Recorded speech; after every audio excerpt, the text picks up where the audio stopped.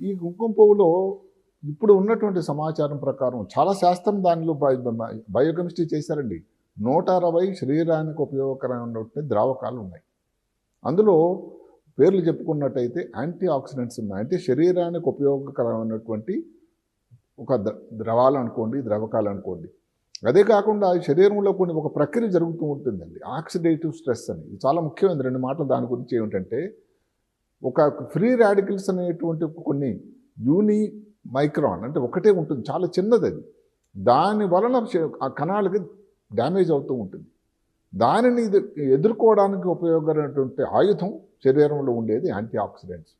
ఈ యాంటీ ఆక్సిడెంట్స్కు ఏదైనా కారణాలు లోపించాయనుకోండి, దానికి ఇలాంటి కుంకుమ పువ్వు లాంటి వాడకం చేసినట్టయితే ఎదుర్కొని ఏది కోవిడే వచ్చింది. కోవిడ్ టైంలో ఇది చాలా విరివిగా వాడాము ఈ మాట. యాంటీ ఆక్సిడెంట్స్ అని, ఫ్రీ రాడికల్స్ అని. దానికి చాలా ఉపయోగకరంగా ఉంటుంది.